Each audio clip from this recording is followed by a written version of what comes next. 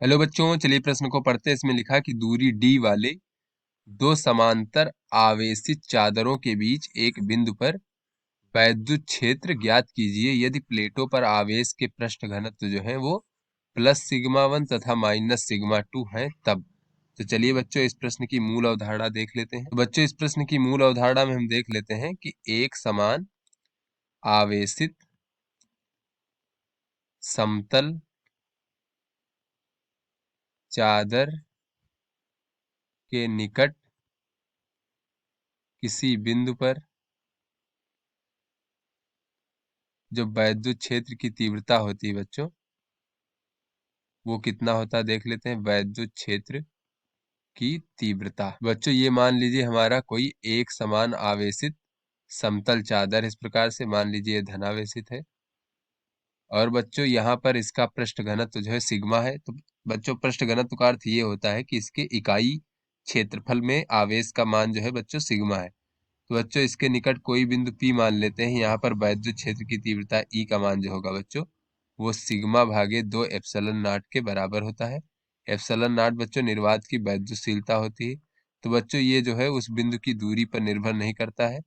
तो चलिए बच्चों अब अपने प्रश्न को हम हल करते हैं और साथ में बच्चों यहाँ पर हम ये भी देख लेते हैं कि ये जो बच्चों वैद्युत क्षेत्र की दिशा होती है वो धनावेश से दूर की ओर तथा ऋणावेश की ओर होती है, यानी धनावेश से ऋणावेश की ओर होती है।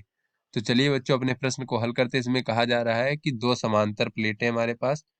तो यहाँ बच्चों हम दो समांतर प्लेटें बना लेते हैं इस प्रकार से। बच्चों ये हमारी दो समांतर प्लेटें हो गई। इस प्रकार से बच्चों दो समांतर प्लेटें हम बना लेते हैं। एक पर बच्चों हमारा जो है पृष्ठ घनत्व प्लस सिग्मा 1 है, दूसरे पर माइनस सिग्मा 2 है। बच्चों ये प्लस माइनस ये प्रदर्शित करता है कि इस पर हमारा धनावेश है, इस प्रकार से वितरित है, और इस पर जो है हमारा ऋणावेश है। और जो पृष्ठ घनत्व का परिमाण है वो तो केवल सिग्मा 1 और सिग्मा 2 है। तो ऐसे में बच्चों अगर बीच में हम कोई बिंदु P ले लें इस प्रकार से, तो इस पर जो है अगर हम प्लस सिग्मा 1 प्लेट के कारण अगर हम वैद्युत क्षेत्र की तीव्रता का परिमाण देखें तो इसका पृष्ठ घनत्व का परिमाण कितना है, सिग्मा 1 भागे 2 एप्सिलॉन नॉट हो जाएगा। और बच्चों अगर हम इसकी दिशा देखें बच्चों तो धनावेश से दूर की ओर होगी, यानी इस प्रकार से बच्चों हमारा इसकी दिशा होगी प्लस सिग्मा 1 प्लेट के कारण।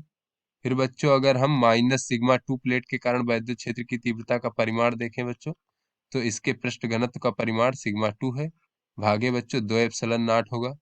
और बच्चों अगर इसकी दिशा देखें इस बिंदु पर वैद्युत क्षेत्र की तीव्रता की दिशा, तो हमें पता है कि ऋणावेश की ओर होती है बच्चों। तो इस प्रकार से हो जाएगा हमारा माइनस सिग्मा 2 प्लेट के कारण। तो बच्चों यहाँ से हमें दिख रहा है कि इन दोनों प्लेटों के कारण वैद्युत क्षेत्र की तीव्रताओं का परिमाण तो ये है और साथ में दिशाएं भी समान है। तो बच्चों बीच में किसी बिंदु पर जो परिणामी वैद्युत क्षेत्र की तीव्रता ई होगा वो दोनों ही वैद्युत क्षेत्र की तीव्रताओं के योगफल के बराबर होगा, क्योंकि बच्चों दोनों की दिशाएं समान है। तो बच्चों ये हमारा हो जाएगा सिग्मा 1 भागे 2 एप्सिलॉन नॉट धन सिग्मा 2 भागे 2 एप्सिलॉन नॉट।